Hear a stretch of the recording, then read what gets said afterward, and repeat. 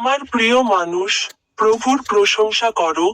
আমি অরুণ পাইউস মাদাকে আপনাদের সকলকে আন্তরিক শুভেচ্ছা। আজ ডিসেম্বরের 24 তারিখে 2025 সালের শেষ মাস। আমি ধর্মীয় পিতৃপুরুষদের বাড়ির বাইরে শিশু যিশুর গোয়ালঘরের পাশে দাঁড়িয়ে আছি। অতএব, আমরা বড়দিন উদযাপন করছি। তিনি তার বাইবেলের একটি পদের উপর বক্তব্য রেখেছিলেন, সেন্ট লুকের পবিত্র সুসমাচার, অধ্যায় 1, 35 পদ।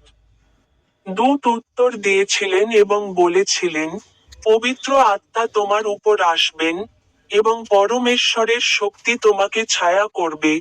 অতএব, জন্মগ্রহণকারী পবিত্র ব্যক্তিকে ঈশ্বরের পুত্র বলা হবে। আপনাদের সকলকে শুভ বড়দিন। আপনাদের সকলকে উষ্ণ শুভেচ্ছা, এবং আমার ইউটিউব চ্যানেলের বোতামে ক্লিক করতে ভুলবেন না।